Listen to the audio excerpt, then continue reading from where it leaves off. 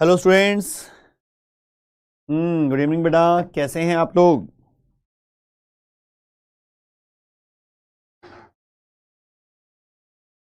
Happy new year बेटा, happy new year. नमस्ते आदित्य बेटा, गुड इवनिंग सबको। अमन, प्रीति, मुदित, तन्मय, मैं बिल्कुल ठीक हूँ बेटा। लास्ट क्लास में जो पढ़ा था, लास्ट क्लास तक जो पढ़ा था वो सब रिवाइज कर लिया आपने? हैप्पी न्यू ईयर आकाश, सबको हैप्पी न्यू ईयर।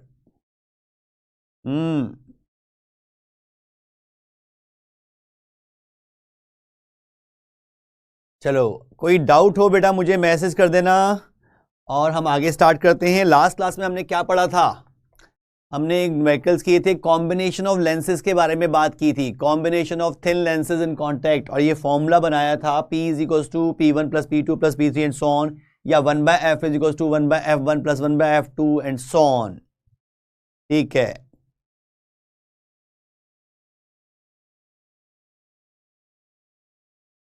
चलो आगे देखें बेटा। फिर हमने लास्ट क्लास में एक कॉन्सेप्ट किया था, combination of lens, combination of thin lenses, यानी कि सारे लेंसेज अगर कांटेक्ट में हों तो उन लेंसेज को मिलाकर हम एक सिंगल लेंस बना सकते हैं।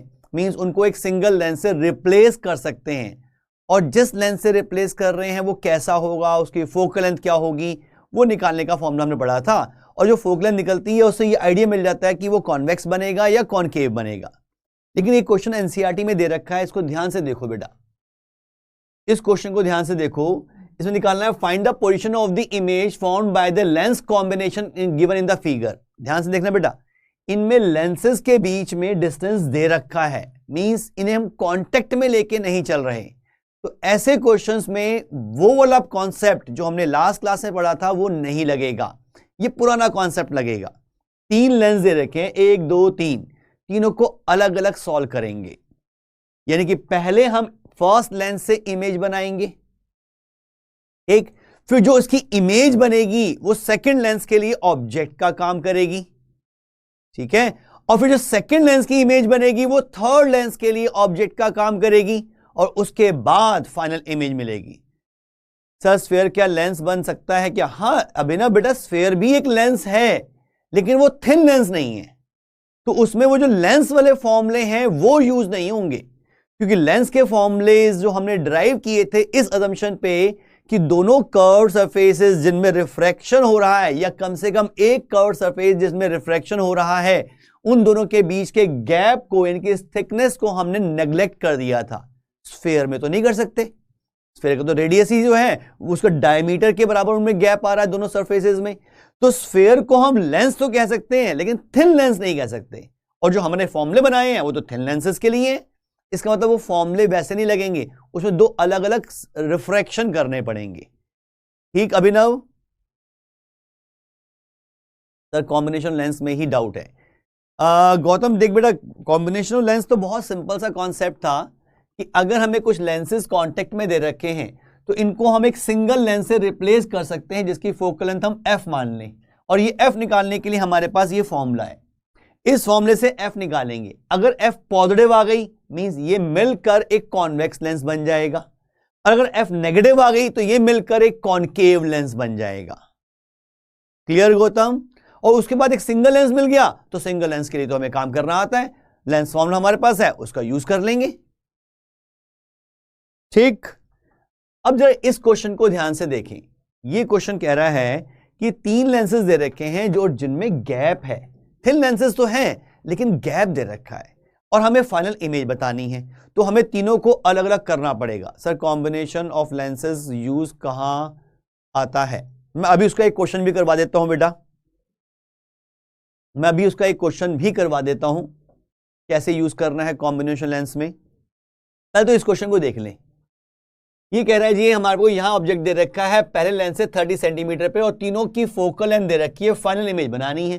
तो पहले फर्स्ट लेंस की बात करें। फर्स्ट प्रोसेस जो हम कर रहे हैं उसके लिए u हो जाएगा -30 सेंटीमीटर, इसकी फोकल लेंथ दे रखी है 10 सेंटीमीटर, और इससे हम इमेज निकाल सकते हैं। v का formula uf upon u plus F, u -30, f 10 और नीचे इन दोनों का सम -20, तो माइनस तो कट गया, एक जीरो भी कैंसिल करें, 30/2 मीन्स 15 सेंटीमीटर आ रहा है। 15 सेंटीमीटर क्या मिला, मीन्स फर्स्ट लेंस की वजह से, सिर्फ फर्स्ट लेंस की वजह से इसकी इमेज 15 सेंटीमीटर पे बननी चाहिए थी। उसको मैं I1 कह देता हूं, I1 फर्स्ट इमेज I1। तो कहां बनेगी भाई, ये 30 पे, ये लेंस है, लेंस से 15 सेंटीमीटर पॉजिटिव में, मीन्स राइट में। 15 सेंटीमीटर मीन्स यहां पोजीशन पे बनेगी तो उल्टी, क्योंकि रियल इमेज बन रही है तो हम डायरेक्टली उल्टी ही बना दें, बेटर है। जो सही है वही शो करें, तो यहां पे उल्टी इमेज बनेगी, ये बनी I1।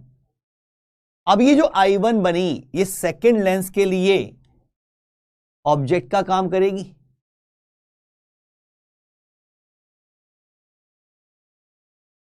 बिल्कुल मुदित बेटा, कॉम्बिनेशन का जो फॉर्मूला हमने पढ़ा था वो सिर्फ तब अप्लाई कर सकते हैं जब लेंसेज कांटेक्ट में हो। ये कांटेक्ट में नहीं है, गैप दे रखा है इनके बीच में। तो अगर मैं इसमें रे डायग्राम बनाऊं तो कुछ ऐसा हो जाएगी कि रे गई, यहां से रिफ्रैक्ट हुई और ये इधर पहुंचनी चाहिए भाई, कैसे पहुंचाऊं, ऐसे पहुंचनी चाहिए थी। रे ऐसे जा रही थी, ऐसे पहुंचनी चाहिए थी, बीच में आ गया दूसरा लेंस। तो पहले लेंस की जो इमेज बनी वो दूसरे लेंस के लिए ऑब्जेक्ट का काम करेगी।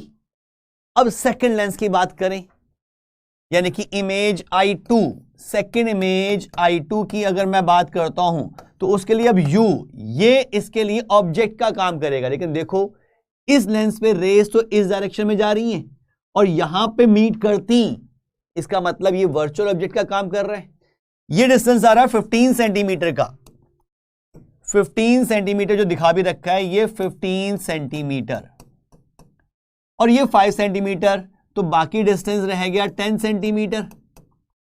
यानी कि U की वैल्यू जो हो जाएगी वो हो जाएगी प्लस की 10 सेंटीमीटर और इसकी फोकल लेंथ दे रखी है -10 सेंटीमीटर। इससे V निकालें तो V is equal to UF upon U plus F, UF upon U plus F तो हो गया 0, यानी कि V जाएगी इंफिनिटी। V इंफिनिटी को अप्रोच कर रही है, मींस रेस पैरेलल हो जाएंगी। तो रेज ऐसे जाके इधर जाने की बजाय अब सीधी जाएंगी। ये रे डायग्राम समझ में आ रहा है भाई, इंफिनिटी पे इमेज बनानी है, यानी कि इसके लिए तो ये जो रेज आ रही हैं ये प्रिंसिपल एक्सिस के पैरेलल आ रही हैं। अब ये अगला स्टेप शायद सॉल्व करने की जरूरत ही ना पड़े, क्योंकि कॉन्वेक्स लेंस में अगर रेज प्रिंसिपल एक्सिस के पैरेलल आती हैं तो वो फोकस में मीट करती हैं, मींस ये इस तरह से मीट करेंगी।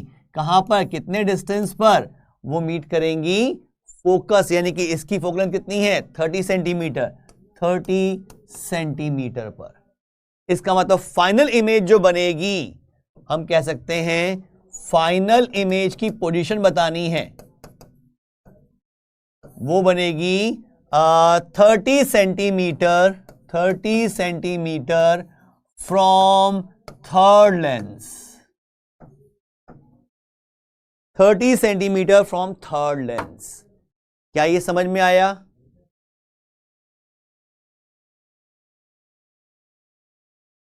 Sir V is possible for image should be formed upper side. V is positive. नहीं बेटा, V पॉजिटिव आ रहा है मींस रियल इमेज तो इन्वर्टेड बनती है। मिनाल, रियल इमेज इन्वर्टेड नहीं बनती, ऑब्जेक्ट ऊपर है तो इमेज नीचे बनेगी। देखो जब भी मैंने बताया था मल्टी रिफ्रैक्शन हो रहे हो तो क्या करना होता है, पहला स्टेप करो, पहले स्टेप के बाद जो इमेज बनेगी वो नेक्स्ट स्टेप के लिए ऑब्जेक्ट का काम करेगी, फिर उसको ऑब्जेक्ट बनाकर नेक्स्ट स्टेप की इमेज बना लो, वो जो इमेज बनेगी वो नेक्स्ट स्टेप के लिए ऑब्जेक्ट का काम करेगी। सर वन मोर वाला क्वेश्चन, अच्छा जी ये वाला क्वेश्चन फिर देख लो बेटा। यहां पे ऑब्जेक्ट था, पहले लेंस के मैंने इमेज निकाली, वो 15 सेंटीमीटर पे आ रही है, calculation simple, U F upon you plus F से। तो 15 सेंटीमीटर पे इमेज बननी चाहिए, यानी कि ये ऐसे जाकर यहां मिलनी चाहिए थी। ठीक, यहां से 15 सेंटीमीटर है तो इस लेंथ से रह जाएगा सिर्फ 10 सेंटीमीटर, क्योंकि गैप दे रखा है हमें सारा, ये 10 सेंटीमीटर पे। अब इसके लिए जो ऑब्जेक्ट है, ये पहली इमेज इसके लिए ऑब्जेक्ट का काम करेगी, लेकिन ये वर्चुअल ऑब्जेक्ट का काम कर रही है, तो इसके लिए u जो हो जाएगा +10 और फोकल लेंथ -10 की है। इस इंफॉर्मेशन से जब मैंने v कैलकुलेट किया तो वो इंफिनिटी आना भी चाहिए था। हमने पढ़ रखा है कि कॉनकेव लेंस में अगर कोई रे फोकस की तरफ मीट कर रही होती है तो वो हमेशा पैरेलल हो जाती है।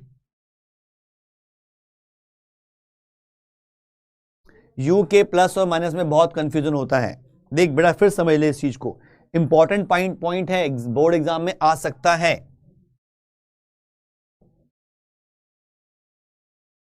देख बेटा, मान लो ये लेंस है और रेज ऐसे आ रही हैं, ऑब्जेक्ट से रेज ऐसे आ रही हैं,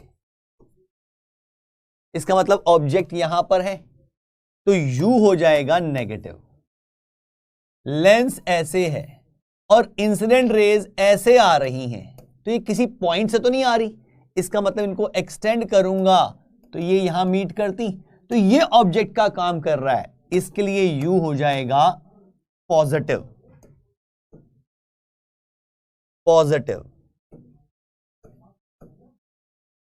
क्योंकि ये वर्चुअल ऑब्जेक्ट है, ये है वर्चुअल ऑब्जेक्ट का केस और ये है रियल ऑब्जेक्ट का केस। क्या ये डिफरेंस याद आ रहा है? मैंने पढ़ाया था भाविक।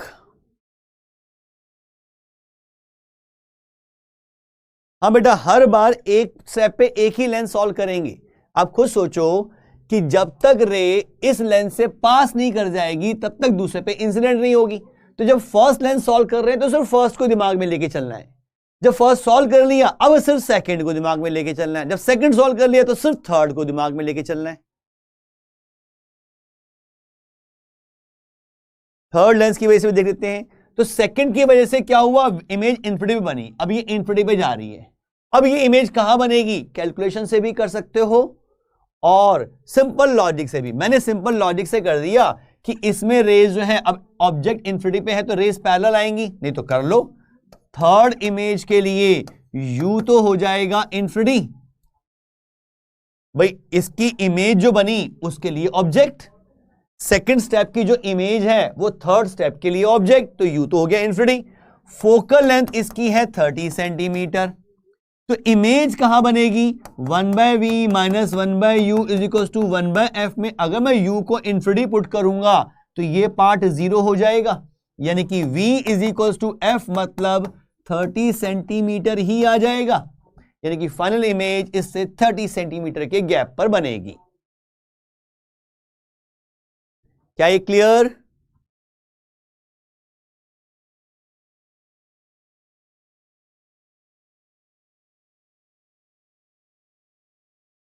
फर्स्ट लेंस के लिए रेज ऐसे, अगर मैं एक से ज्यादा रेज बनाता, मैंने तो भी एक ही दिखाई, अगर मैं इसी से एक रे और भेजता, ऐसे मान लो, या मैं ऐसा करता हूं सेंटर ऑफ कर्वेचर से भेज दूंगा तो क्लियर हो जाएगा, नहीं तो ये भी यहां पे जाके ना ये यहां पे मीट करेंगी, ये ऐसे करके,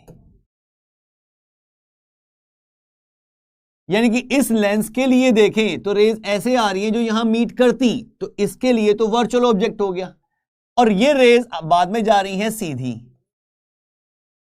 और अल्टीमेटली फिर ये मिलेंगी फोकस पर। अगर मैं सेकंड कोई रे भी बना दूं तो, और बनाना चाहो और भी बन सकती है। अगर मैं प्रिंसिपल एक्सेल से पास कर दूं ऐसे, तो ये सीधी निकलकर ये ऐसे जाती, ये वाली ऐसे जाती, लेकिन अब ये सीधी निकलेगी और फिर ये मिल जाएंगी यहां पर।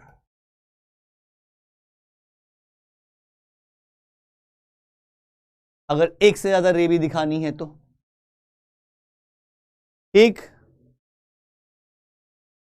अभिनव, ओके बेटा, अभी मैं डिस्कस करता हूं। अभिनव पूछा था ऑप्टिकल फाइबर के बारे में, देखते हैं, लेकिन पहले इस टॉपिक को खत्म कर लें। तो अगर लेंसेज अलग अलग दे रखे हैं, उनके बीच में गैप है, तो प्रोसेस ये रहेगा, लेकिन अगर मैं 3 लेंस एक साथ ले लेता, जरा उसको भी देखे कि कॉम्बिनेशन लेंस जो बड़ा था उसका क्या फायदा है भाई।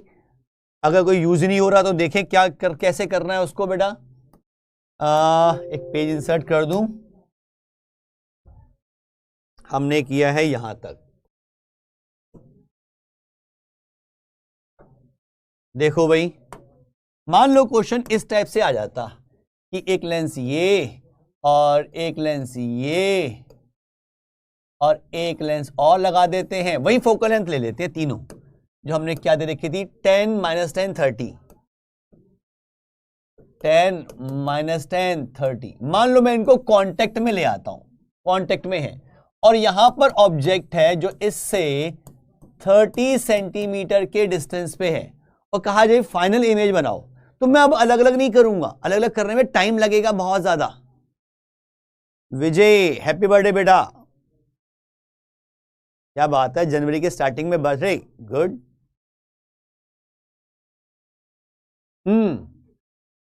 अब मैं क्या करूंगा, इन तीनों को अलग अलग लेके चलूंगा तो टाइम ज्यादा लगेगा, तो मैं करता हूं इन तीनों का कंबाइंड फोकल लेंथ निकाल लेता हूं।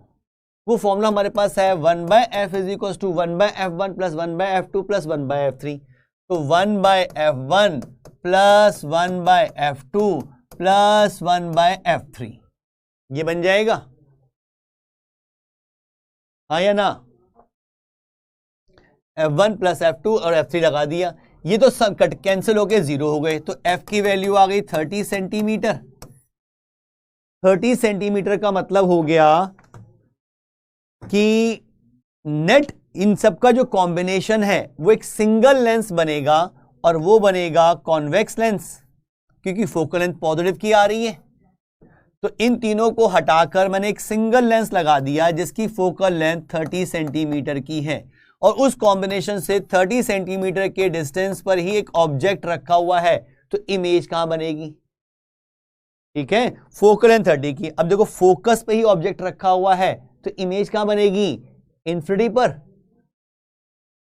अब इमेज कहां बन जाएगी, इन्फिनिटी पे। कैलकुलेशन कर लो भाई, v = u + uf, u × f, v =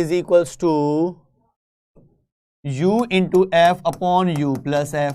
इस प्रोसेस के लिए u की वैल्यू तो है -30, v की f की वैल्यू जो है वो 30 सेंटीमीटर। डाटा पुट करेंगे तो v की वैल्यू ये आ जाएगी -30 × 30, लेकिन नीचे इन दोनों का सम 0, यानी कि v तो इन्फिनिटी को अप्रोच कर रहा है, यानी कि अब इमेज बन जाएगी इन्फिनिटी पर।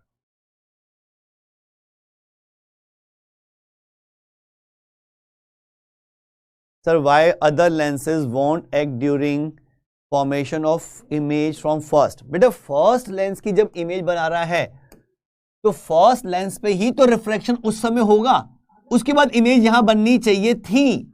एक्चुअल में तो इमेज सिर्फ हमें मिलेगी एंड में, लेकिन अगर सिर्फ फर्स्ट लेंस देख तो इमेज यहां बननी चाहिए थी, तो कहां बननी चाहिए थी हमने वो निकाला, लेकिन आगे दूसरा प्रोसेस हुआ फिर उसको सॉल्व किया कि दूसरे लेंस ने क्या किया, उन्हीं रेस का, फिर उसने जहां इमेज बनाई उसको हमने थर्ड लेंस के लिए यूज कर लिया।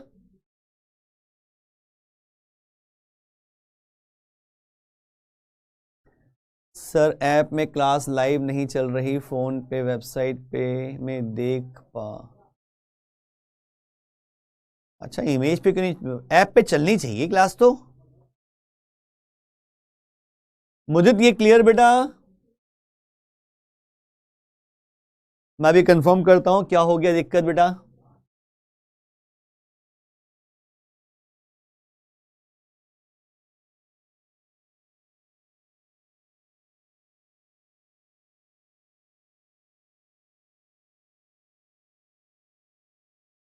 क्या ये सबको क्लियर?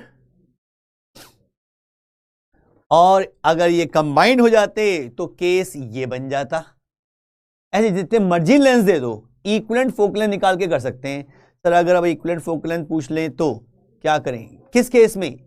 इस केस में तो 30 आ गई है, इस केस में पूछ सकते हैं, लेकिन उस इक्विवेलेंट फोकल लेंथ का कोई मतलब रहता नहीं है।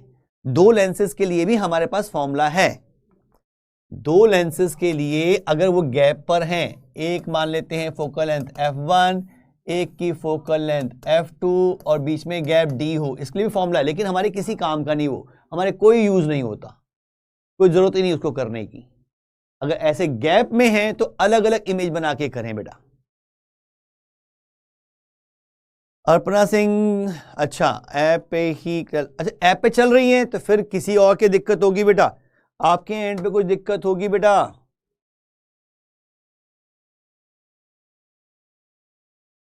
चलो आज पढ़ते हैं एक नया मजेदार फंडा बेटा, एक बहुत अच्छा मेथड है जिसे हम कहते हैं डिस्प्लेसमेंट मेथड। जनरली ये एक्सपेरिमेंट स्कूल में करवाया जाता है, लेकिन इसमें बेस्ड क्वेश्चंस आ सकते हैं। तो ये क्या चीज है इसको पहले समझते हैं। देखो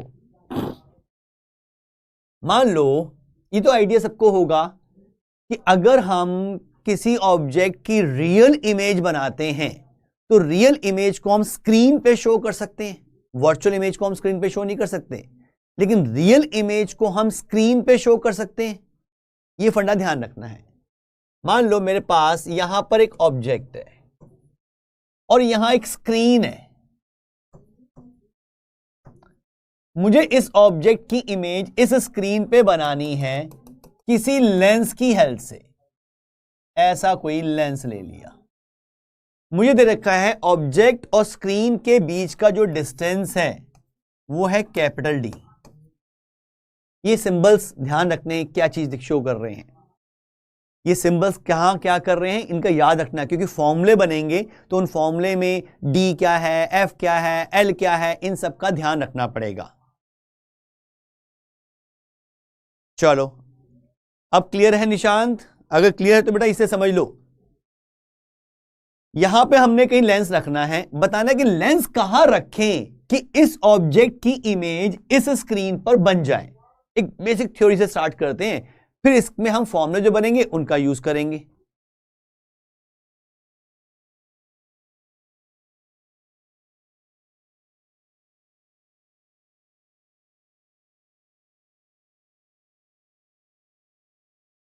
ठीक अभिनव बेटा, जहां से कंफर्टेबल हो वहां से अटेंड कर लो बेटा।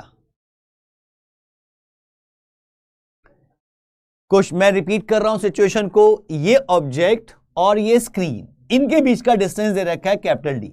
बीच में रखना हमें एक लेंस जिसकी फोकल लेंथ मैंने मान ली एफ की है, और ऐसे रखना है कि इस ऑब्जेक्ट की इमेज इस स्क्रीन पर बन जाए।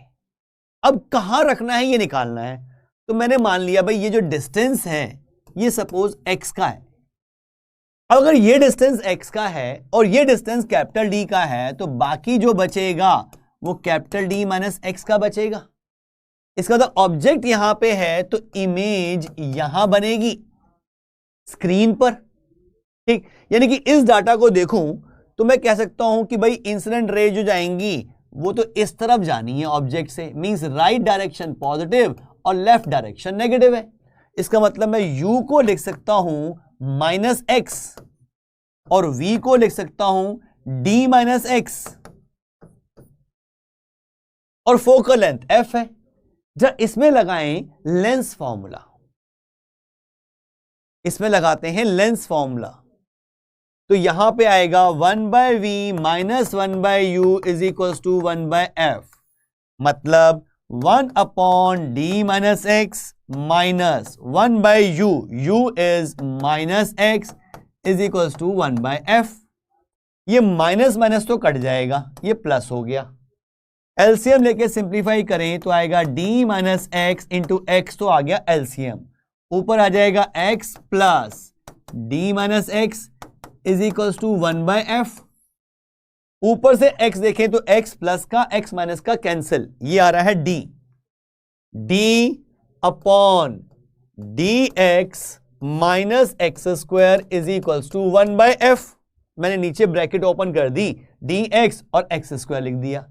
क्रॉस मल्टीप्लिकेशन करें तो आएगा F D is equal to D X minus x square, means X square positive का हो गया minus D X plus F D equal to 0। ये मिल गई हमें क्वाड्रेटिक इक्वेशन, और क्वाड्रेटिक इक्वेशन सॉल्व करनी तो हमें आती है। जब देखें इसमें क्या हम x निकाल सकते हैं या x की जरूरत ही नहीं। हम देखें भी क्वाड्रेटिक इक्वेशन आई है, हम डायरेक्टली रिजल्ट निकालते हैं। क्यों हम लेंदी करें इस क्वेश्चन को। वैसे आपको क्या डिफरेंस ऑफ रूट्स का फॉर्मूला पता है? तो यू नेगेटिव कैसे हो गया? अरे यू तो नेगेटिव ही होगा, रियल ऑब्जेक्ट है तो यू तो माइनस में आएगा ही आएगा बेटा। रेज ऐसे जा रही हैं तो रियल ऑब्जेक्ट के लिए तो यू तो नेगेटिव में होगा, ये डायरेक्शन नेगेटिव की है, यहां से डिस्टेंस मेजर करना स्टार्ट करेंगे।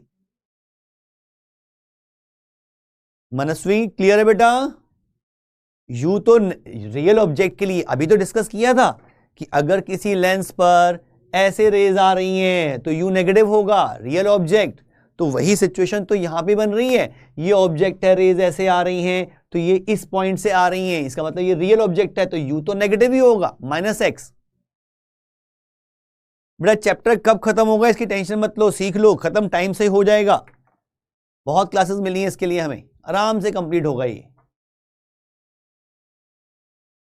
अब इस क्वाड्रेटिक में भाई दो तरीके हैं करने के, या तो आपके पास क्वाड्रेटिक के फॉर्मूले हों, sum of roots, product of roots और डिफरेंस ऑफ रूट्स का, नहीं तो हम रूट्स निकाल लेते हैं। भाई प्रोडक्ट और सम का तो जनरली बच्चों ने फॉर्मूला पढ़ रखा होता है, लेकिन डिफरेंस का नहीं पढ़ रखा होता, डिफरेंस और रूट्स का नहीं पढ़ रखा होता। तो यहां पे हम x निकाल लेते हैं डायरेक्ट फॉर्मूले से। x का फॉर्मूला होता है -b प्लस माइनस √d/2a, यानी कि -b plus minus √b², b² मतलब तभी तो आ सकती हैं, ठीक है। यानी कि रूट्स रियल होंगे अगर d² minus 4fd greater than और इक्वल टू 0 हो। इससे मैं कह सकता हूं कि एक d तो कॉमन आके कट जाएगा, यानी कि d must be greater than equals to 4f, ये बचेगा। d इधर रखा, 4f को उधर ले गए, ये एक कंडीशन मिल गई है, यानी कि हमें x की रियल वैल्यूज मिल सकती हैं। x की रियल वैल्यूज मिलने का मतलब क्या, कि अगर ऑब्जेक्ट यहां है और इमेज यहां बनानी है जिनके बीच में डिस्टेंस d का है, तो इसकी रियल इमेज मिल सकती है, मींस x की वैल्यूज मिल सकती हैं। कब? जब d 4f के बराबर या उससे बड़ा हो। छोटा होने पे कोई आंसर नहीं मिलेगा। अगर कैपिटल D की वैल्यू 4f से छोटी हो गई तो x की कोई रियल वैल्यू नहीं आएगी, मींस ये सिचुएशन पॉसिबल ही नहीं होगी। तो ये सिचुएशन पॉसिबल कब है, कि यहां ऑब्जेक्ट है और इमेज यहां बन जाए, ये तब पॉसिबल है जब d 4f या उससे बड़ा हो। पहली कंडीशन ये ध्यान रखनी है। f क्या था? फोकल लेंथ ऑफ द,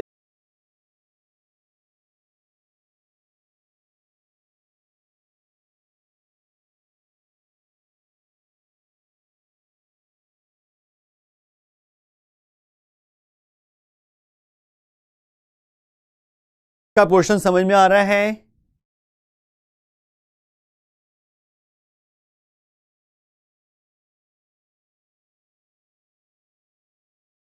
देखिए हमने यहां पे स्टार्ट किया था कि अगर ऑब्जेक्ट यहां पर है और इमेज स्क्रीन पे बनानी है जिनके बीच का डिस्टेंस d है, तो लेंस को कहां रखें कि इस ऑब्जेक्ट की इमेज यहां बन जाए।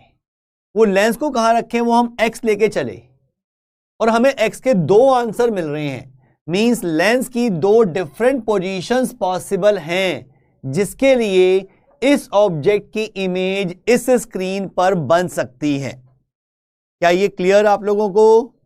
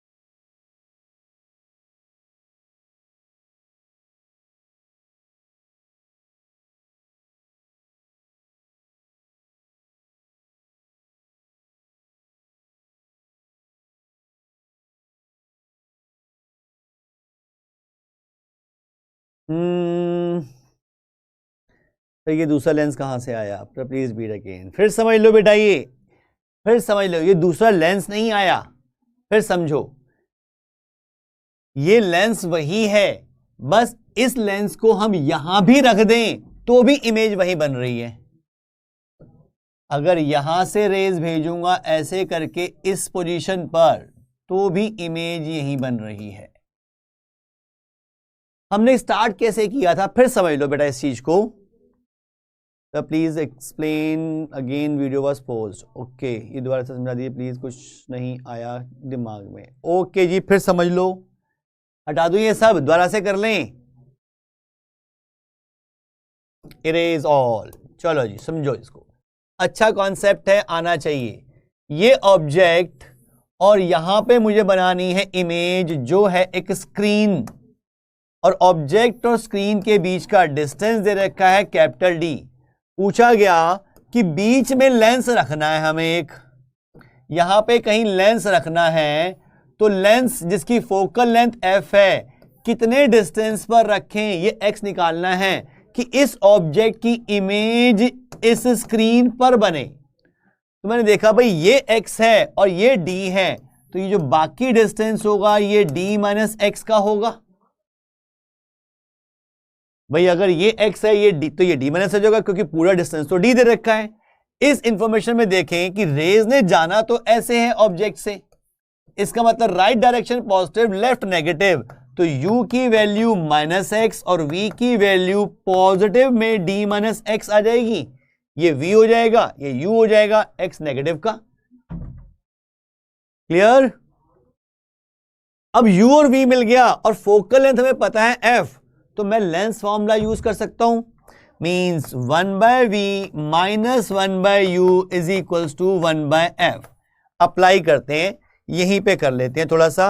v 1/v मतलब d minus X minus 1/u, u is minus x, जब मैं माइनस एक्स पुट करूंगा तो ये प्लस हो जाएगा, इज इक्वल्स टू 1/f। इसको एलसीएम लेके सॉल्व करते हैं लेफ्ट हैंड साइड को, तो आ गया x into d minus x और ऊपर आएगा x plus d minus x is equals to 1/f। Numerator में देखें तो x कट रहा है और d बच रहा है, means d upon x d minus x square is equals to 1/f। Cross multiplication की तो f D is equals to x d minus x square, means x square minus d into x plus f into d equal to 0। ये मिल गई हमें quadratic equation. मैं बेटा repeat कर रहा हूं, ये मुदित बेटा रिपीट कर रहा हूं। बच्चे कहते कि क्लियर नहीं हो रहा, तो मैंने रिपीट कर दिया बेटा।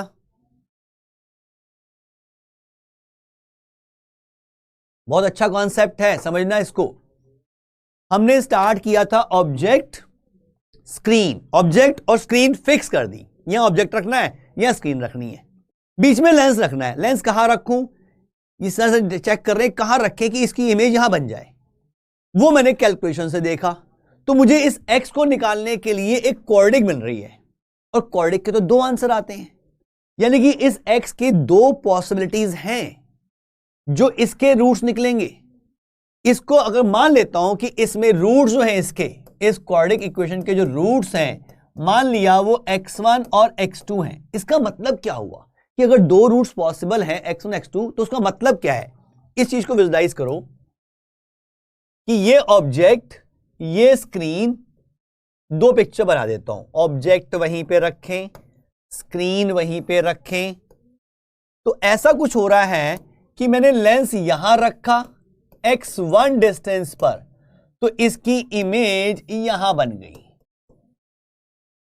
और अगर मैंने लेंस यहां रखा x2 डिस्टेंस पर, तो भी इसकी इमेज यहीं बन गई। यानी कि x की दो वैल्यूज पॉसिबल हो रही हैं। क्या ये बात क्लियर?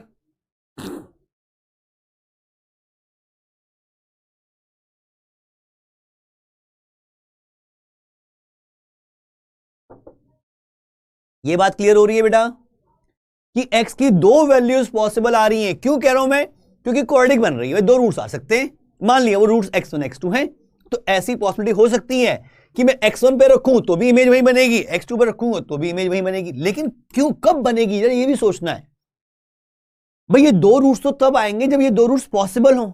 एक क्वाड्रिक के दो रूट्स पॉसिबल होते हैं जब उसका डिस्क्रिमिनेंट ग्रेटर देन 0 होता है, और रियल रूट्स होते हैं जब उसका डिस्क्रिमिनेंट ग्रेटर देन और इक्वल टू 0 होता है। मींस अल्टीमेटली इस क्वाड्रिक के रूट्स, इसका सॉल्यूशन मिल सकता है अगर इसका डिस्क्रिमिनेंट ग्रेटर देन और इक्वल टू 0 हो। रूट्स निकाल के भी कर सकते थे जैसे पहले किया था, अब और आसान से कर रहा हूं कि इसका discriminant greater than equal to 0 कर देते हैं। तो बी स्क्वायर, बी की जगह पे है -d, b square -4 into a which is 1 into c f d must be greater than equal to 0। एक डी कॉमन आके 0 में चला जाएगा, बाकी बचेगा d -4f greater than equal to 0 means d greater than equals to 4f। अगर d 4f या 4f से बड़ा हो तभी तो इसके आंसर मिलेंगे। इसका मतलब अगर मैंने यहां ऑब्जेक्ट रखा और यहां स्क्रीन, और मैं चाहता हूं कि इस ऑब्जेक्ट की इमेज इस स्क्रीन पे बन जाए किसी कॉन्वेक्स लेंस को यूज करके, तो ये कंडीशन सेटिस्फाई होनी चाहिए कि ये d जो है इसके 4f से बड़ा होना चाहिए या बराबर हो जाए। क्या ये क्लियर? पहली कंडीशन। दूसरी चीज समझी हमने, भाई इसके रूट्स अगर x1 x2 हैं तो इनका सम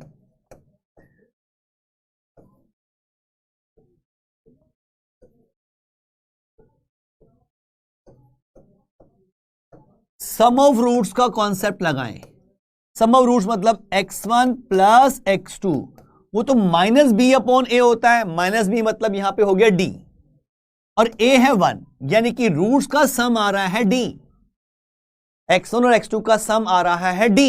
तो यहां में एक चीज और समझ में आई कि अगर ये x1 है तो कंफर्म है कि ये डिस्टेंस x2 का होगा, और अगर ये x2 है तो कंफर्म है कि ये डिस्टेंस x1 का होगा। दो रूट्स निकल रहे हैं, अगर मैंने x1 पे रखा तो यहां x2, क्योंकि x1 और x2 का सम तो d आ रहा है और ये डिस्टेंस तो हमें पता है d का है, ये डिस्टेंस तो d का है। इसका मतलब ऑब्जेक्ट के साथ लेंस को अगर मैंने x1 डिस्टेंस पे रखा तो इमेज x2 पे बन रही है, और x2 पे रखा तो इमेज x1 पे बन रही है। पहली बात तो ये, और पहला रिजल्ट ये याद रखना है कि रूट रियल इमेज तब बन पाएगी जब d greater than equal to 4f हो। दूसरी चीज देखो, हमने एक्सपेरिमेंट कर रहे हैं, ये हमने क्या किया, लेंस रखा, देखा भी इमेज बन रही है, लेंस की पोजीशन नोट कर ली कहां पर है, फिर लेंस को हिलाया, हिलाते हिलाते यहां ले आए। जैसे ही यहां लेकर आए, अरे फिर से इमेज वहीं बन रही है। यानी कि लेंस की दो डिफरेंट पोजीशंस के लिए इस ऑब्जेक्ट की इमेज यहां बन रही है। तो इन दो पोजीशन के बीच का जो गैप है इसे हम कहते हैं L, डिस्प्लेसमेंट कहते हैं इसको। कितना डिस्प्लेस कर दिया, कितना डिस्प्लेस कर दिया, इसे कहते हैं हम L। जब लैब में एक्सपेरिमेंट ये किया जाता है तो ऐसे ही करते हैं, ऑब्जेक्ट रख दिया, स्क्रीन रख दी, और यहां पे लेंस, इसकी इमेज देखी कहां बन रही है, रीडिंग नोट कर लेते हैं, फिर नई पोजीशन देखी, घुमाते घुमाते यहां रखी तो फिर से इमेज वहीं बन रही है, इसकी पोजीशन भी नोट कर ली। इन दो पोजीशन का जो डिफरेंस है उसे कहते हैं L। L इज डिस्प्लेसमेंट, कि लेंस को कितना डिस्प्लेस करें कि फिर से इमेज वहीं बन जाए। तो इस L का D से या F से क्या लिंकिंग है, जरा ये समझें।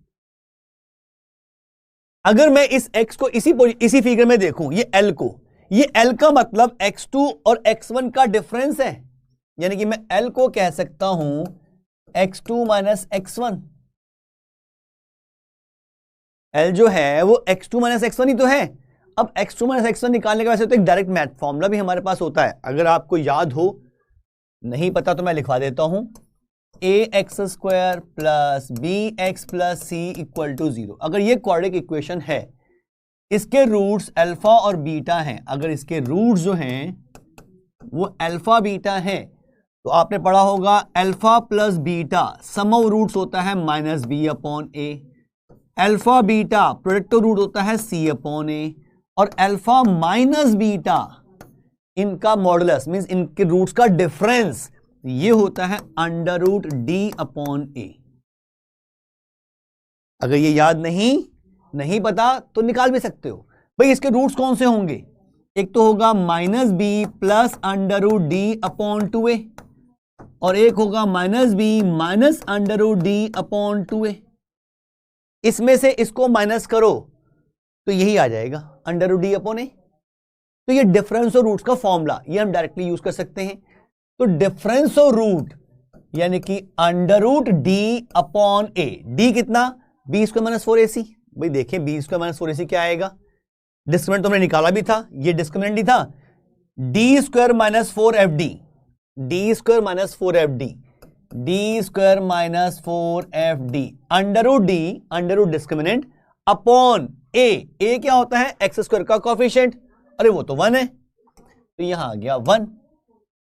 एक रिलेशन ये मिल रही है। स्क्वायरिंग करके थोड़ा सा सिंप्लीफाई करें।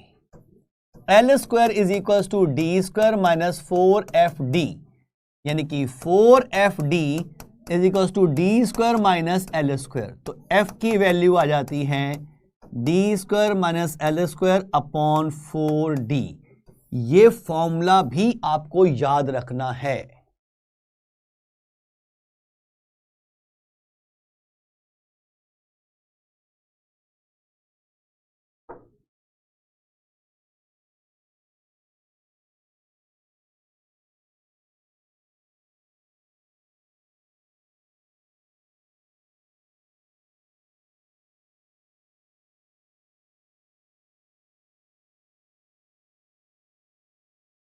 क्या ये क्लियर बेटा?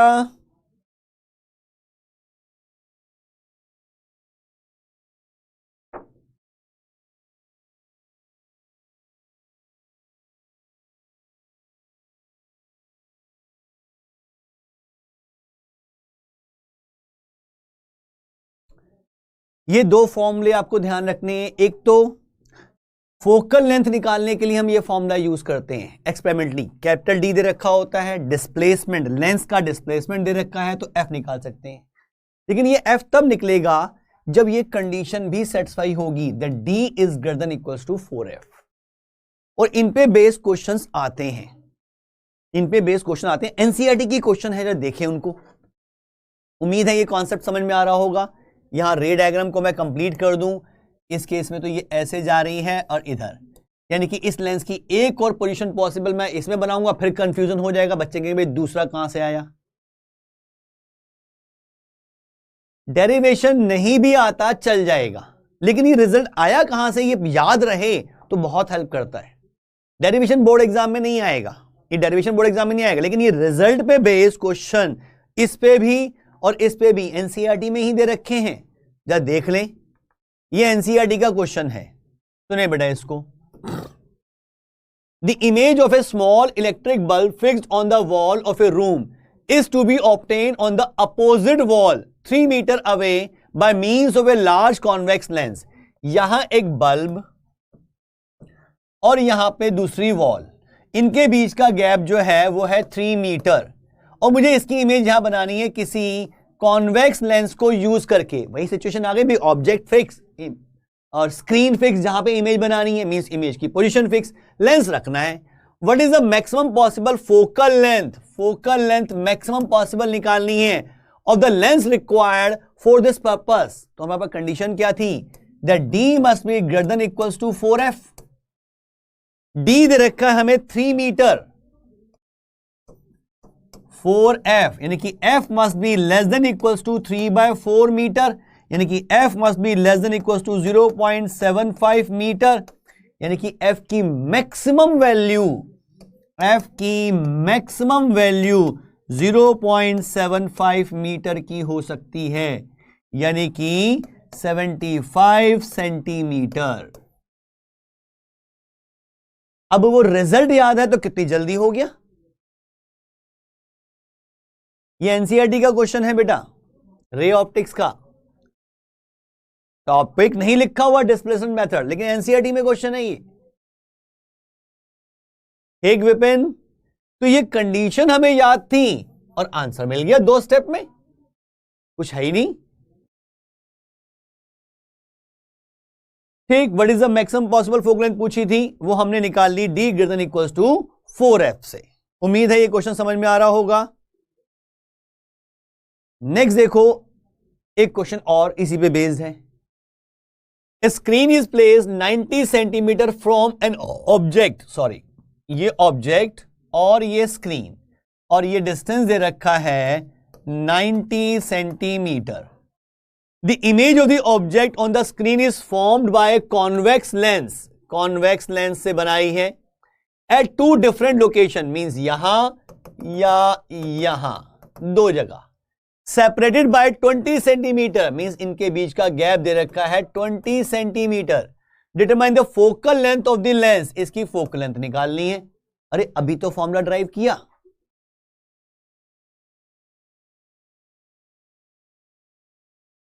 सर तो ये मेथड एग्जाम में लगा सकते हैं, बिल्कुल लगा सकते हैं बेटा। सर मैक्सिमम के प्लेस पे मिनिमम होता तो, मिनिमम तो 0 भी कर सकते हो, मिनिमम 0.001 कर दो तो भी चल जाएगा,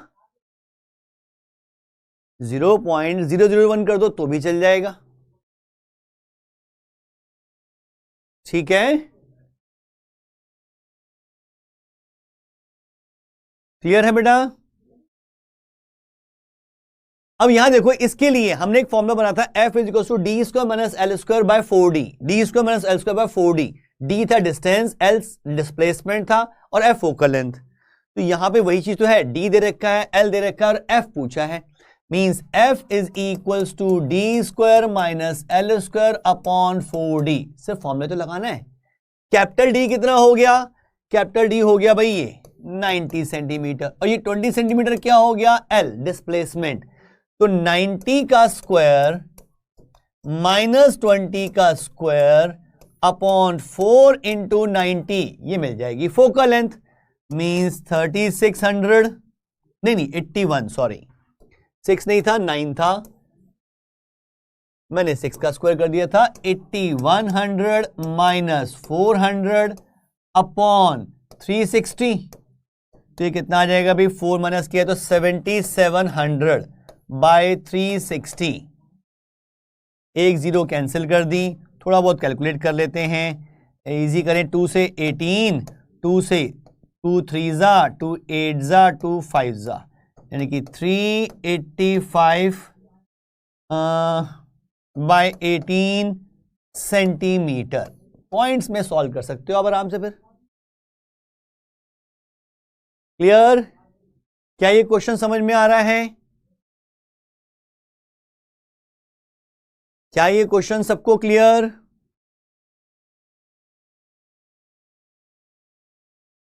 नहीं बेटा लोग, कोई मार्क्स नहीं कटेंगे, मेथड ठीक होना चाहिए। कोई भी मेथड लगाओ, आपका मेथड ठीक है तो मार्क्स पूरे मिलेंगे। ठीक, तो हमने आज बेसिक पढ़ा है, मेनली डिस्प्लेसमेंट मेथड इंपॉर्टेंट है, रिजल्ट्स खासकर ज्यादा इंपॉर्टेंट है। एक ये रिजल्ट, कंडीशन कि ऑब्जेक्ट की इमेज एक पर्टिकुलर पोजीशन पे बने किसी लेंस की हेल्प से, तो जो डिस्टेंस है ऑब्जेक्ट और इमेज के बीच का वो इसके 4f या उससे बड़ा होना चाहिए, और ये मिनिमम होता है। इसको एक तरीके से और विजुलाइज कर सकते हैं हम। यहां देखो बेटा, अगर हम लेंस में देखें, कॉन्वेक्स लेंस में, अगर मैं ऑब्जेक्ट को 2f पे रखता हूं तो इमेज भी 2f पर ही बनती है। ये तो पढ़ा है कि 2f पे ऑब्जेक्ट रखे तो इमेज 2f पे बनती है। अगर मैं ऑब्जेक्ट को पास लाता हूं तो इमेज दूर हो जाती है। इमेज को थोड़ा सा पास लाऊंगा, इमेज बहुत दूर हो जाएगी। ऐसा क्यों कह रहा हूं? क्योंकि ऑब्जेक्ट को अगर मैं 2f से f तक भी लेकर आऊं, सिर्फ इतना सा मूव करूं, तो इमेज 2f से इंफिनिटी पे मूव कर जाती है। यानी कि ऑब्जेक्ट इतना सा मूव कर रहा है तो इमेज कितना मूव कर रही है। ठीक, यानी कि थोड़ा सा भी मूव करूंगा तो ये ज्यादा मूव करेगी। इसका मतलब ऑब्जेक्ट और इमेज के बीच का डिस्टेंस बढ़ना शुरू हो जाएगा। तो ऑब्जेक्ट और इमेज के बीच का डिस्टेंस मिनिमम कितना होता है? अरे मिनिमम तो 4f के बराबर होता है, इससे कम नहीं हो सकता। इससे कम नहीं हो सकता। ठीक है, क्या ये बात क्लियर? सौरभ गुप्ता कह रहा है पॉइंट में नहीं आएगा। पॉइंट में नहीं आएगा, सॉल्व करके देखें, जो भी आएगा बेटा ये पॉइंट में ही तो आएगा, अगर मैंने कैलकुलेशन ठीक की है तो। हाँ ठीक ही लग रही है।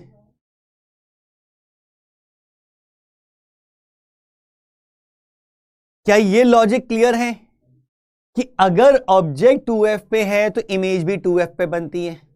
अगर मैं ऑब्जेक्ट को लेंस के पास ला रहा हूं तो इमेज दूर जाएगी, ठीक। लेकिन अगर समझो कि अगर मैं इसको सिर्फ 2f से f पे मूव करूं तो इमेज इन्फिनिटी मूव कर जाती है। यानी कि इस पार्ट में ऑब्जेक्ट ने थोड़ा सा मूव किया, अरे इमेज तो कितना मूव कर जाएगी। तो अगर मैं ऑब्जेक्ट को बीच में तक ले आऊं कहीं तो ये भी काफी ज्यादा मूव कर जाएगी। यानी कि ऑब्जेक्ट और इमेज का बीच का डिस्टेंस बहुत बढ़ जाएगा। तो ऑब्जेक्ट और इमेज के बीच का डिस्टेंस मिनिमम होता है 2f, इससे कम नहीं होता। तो इसका मतलब अगर मुझे एक ऑब्जेक्ट और एक स्क्रीन दे रखी है और मुझे उसकी इमेज बनानी है तो कम से कम डिस्टेंस 4f का होना ही चाहिए। ठीक है, क्लियर?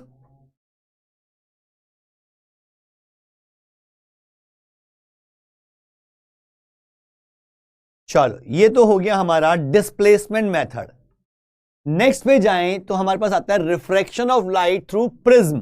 अभी एक नया टॉपिक स्टार्ट हो रहा है, refraction of light through prism. अब प्रिज्म स्टार्ट हो जाएगा जल्दी से, टॉपिक में ज्यादा है नहीं, रे ऑप्टिक्स का पोर्शन जल्दी खत्म हो जाएगा, फिर ऑप्टिकल इंस्ट्रूमेंट रह जाएगा 1-2 क्लास के लिए। 21.3 जो भी आ रहा था बेटा आकाश, वो तो आप कैलकुलेशन तो कर सकते हो, हमें कॉन्सेप्ट समझने बहुत जरूरी है। कैलकुलेशन मुझे उम्मीद है कि आप सब ठीक करते हो। चलो अब हमें करना है refraction of light through prism. पहले तो समझना है प्रिज्म है क्या। सबने प्रिज्म तो देखा होगा लैब में, लैब में प्रिज्म तो देख रखा है। कुछ इस तरह की शेप होती है कि भाई ऊपर से देखें तो ये ट्रायंगल नजर आ रहा है और किसी डेप्थ तक वही ट्रायंगल चल रहा है इस तरह से। इस तरह का एक ट्रायंगुलर प्रिज्म जिसे हम कहते हैं। हम टेबल पे ऐसे नहीं रखते, हम जब उसमें एक्सपेरिमेंट करते हैं तो ट्रायंगुलर बेस नीचे रखते हैं, मींस कुछ इस तरह से रखा होता है प्रिज्म।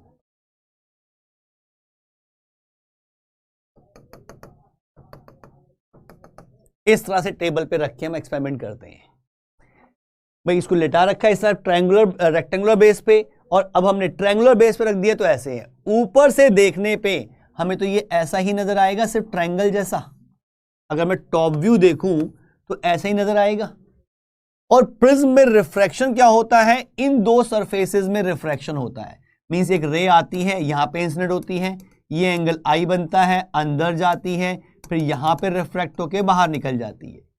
यानी कि हम इन दो सरफेसेस में, एक तो ये वाली सरफेस जहां पे रिफ्रैक्शन कराते हैं, यहां से रे आती है ऐसे जाती है और अंदर जाके फिर यहां से निकल जाती है। मींस दूसरा फेस ये वाला जहां से रिफ्रैक्शन होता है, मींस रे ऐसे ऐसे और ऐसे निकल जाती है। ये 3D में है, टॉप व्यू में ऐसे दिखाना होता है, हम यही दिखाएंगे। लेकिन प्रिज्म को आप ध्यान रखें, सर ये आज ही वाला एक्सपेरिमेंट हुआ था स्कूल में, बहुत बढ़िया बेटा, ध्यान रखना ये एक्सपेरिमेंट बेस्ड क्वेश्चन भी आ जाते हैं। सर आज रहने दीजिए, थोड़ा सा बेसिक समझ लो क्या है। अभी तो सारा तो नहीं हो पाएगा, प्रिज्म थोड़ा सा लंबा है, लेकिन बेसिक तो समझ लो प्रिज्म में है क्या।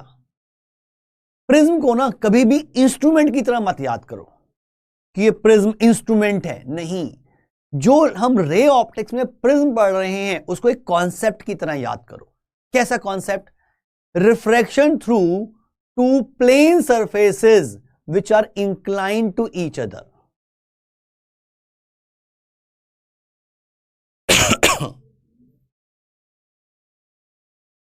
प्रिज्म का कॉन्सेप्ट जो लगता है वो लगता है अगर दो सरफेसेस, दो प्लेन सरफेसेस में रिफ्रैक्शन हो रहा है जो एक दूसरे के साथ इंक्लाइंड है, पैरेलल नहीं है। क्योंकि अगर मैं यही प्रिज्म लेके चलूं, मैं दोबारा से बनाऊं इस प्रिज्म को, यहां बना हुआ है प्रिज्म, अगर मैं इस प्रिज्म में देखूं, मैं लाइट को ऐसे भेजता कि फ्रंट सरफेस पे रिफ्रैक्ट होती, इसकी बैक सरफेस भी थोड़ी सी बना दूं, इस तरह से होगी पीछे वाला ट्रायंगल और ये आगे वाला ट्रायंगल। ठीक, अगर मैं रे ऐसे भेजता कि फ्रंट फेस पे ये इंसिडेंट होती, ऐसे अंदर रिफ्रैक्ट होती और पीछे वाली सरफेस से ऐसे निकल जाती, ऐसे आती, अंदर रिफ्रैक्ट होती, फिर पिछले सरफेस से निकल जाती। तो यहां पे प्रिज्म का कॉन्सेप्ट, इंस्ट्रूमेंट तो प्रिज्म ही है लेकिन कॉन्सेप्ट प्रिज्म का नहीं लग रहा। देखो रिफ्रैक्शन कहां हो रहा है, आगे वाली सरफेस और पीछे वाली सरफेस पर। अरे ये तो कॉन्सेप्ट लग रहा है रिफ्रैक्शन थ्रू स्लैब वाला, रेक्टेंगुलर स्लैब। रेक्टेंगुलर स्लैब में भी तो यही हुआ था। एनसीईआरटी क्वेश्चन नंबर 9.5 में डाउट। मिनाल बेटा अभी तो एनसीईआरटी में बस नहीं है, नेक्स्ट क्लास में जरूर बता दूंगा।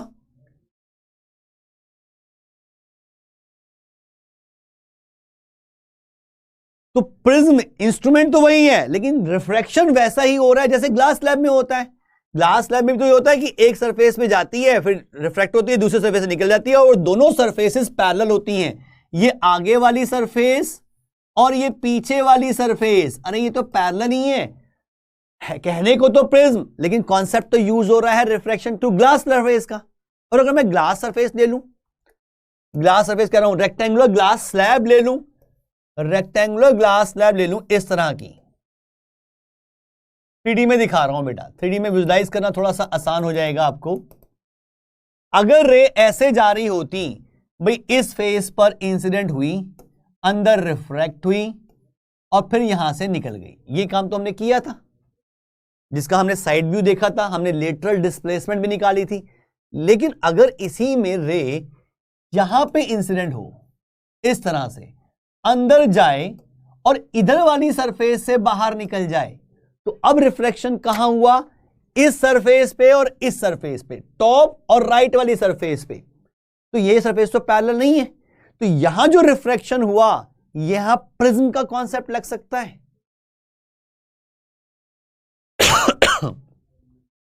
तो ग्लास स्लैब या प्रिज्म, इसको इंस्ट्रूमेंट की तरह याद करने की बजाय इनको कॉन्सेप्ट की तरह समझो, इनको समझो कॉन्सेप्ट्स की तरह कि rectangular slab, refraction through rectangular slab, मतलब दो सरफेसेस पे रिफ्रैक्शन होना है जो पैरेलल है। Refraction of light through prism, यानी कि दो सरफेसेस पे रिफ्रैक्शन होना है जो इंक्लाइंड है, पैरेलल नहीं है। तो जहां पे पैरेलल सरफेसेस पे रिफ्रैक्शन होगा वहां पे ग्लास स्लैब के कॉन्सेप्ट लग जाएंगे। जहां पर इंक्लाइन प्लेन में रिफ्रैक्शन होगा वहां प्रिज्म के कॉन्सेप्ट लग जाएंगे। प्रिज्म के कॉन्सेप्ट अभी हम ड्राइव करेंगे, समझेंगे इनको। क्या ये क्लियर? बिल्कुल मुझे बेटा, प्रिज्म ग्लास का बना होता है जनरली जो हम यूज करते हैं, लेकिन आगे हम देखेंगे प्रिज्म हम लिक्विड के भी बनाते हैं। कुछ एक्सपेरिमेंट, कई बार प्रोजेक्ट करने होते हैं स्कूल के लिए, तो उन प्रोजेक्ट्स में हम ऐसे प्रिज्म यूज करते हैं जो हम लिक्विड से बनाते हैं। आप कहेंगे लिक्विड से कैसे प्रिज्म बन गया? एक्चुअल में मार्केट में होलो प्रिज्म मिलते हैं, सिर्फ ये वॉल्स बनी होती हैं बहुत पतले ग्लास की, अंदर से खाली होता है, अंदर हम लिक्विड भर देते हैं। तो वो वॉल की थिकनेस को हम नेग्लेक्ट कर दें तो मैं तो इसको प्रिज्म लिक्विड का कह सकता हूं। तो उसका रिफ्रैक्टिव इंडेक्स निकालने के लिए, उसकी प्रॉपर्टी निकालने के लिए हम वैसे चीजें यूज करते हैं। तो प्रिज्म को या ग्लास स्लैब को इंस्ट्रूमेंट की तरह नहीं लेके चलना दिमाग में, ये लेके चलना है कॉन्सेप्ट की तरह। कॉन्सेप्ट क्या है मैंने बता दिया, फिर रिपीट कर देता हूं कि अगर पैरेलल सरफेसेस में रिफ्रैक्शन हो रहा है तो हम ग्लास स्लैब का कॉन्सेप्ट लेंगे, और अगर इंक्लाइंड प्लेन पे रिफ्रैक्शन हो रहा है, दो इंक्लाइंड प्लेन्स हैं उनमें रिफ्रैक्शन हो रहा है, तो प्रिज्म का कॉन्सेप्ट लेंगे। क्लियर? स्टार्ट करेंगे प्रिज्म को हम अपनी नेक्स्ट क्लास में, ठीक है? थोड़ा सा अच्छा टॉपिक है, नेक्स्ट क्लास में देखेंगे, और आसान है, स्नेल्स लॉ ही यूज होता है मेनली, कुछ नए फॉर्मूलेज और मिल जाएंगे। हाँ बेटा, प्रिज्म में TIR भी हो सकता है।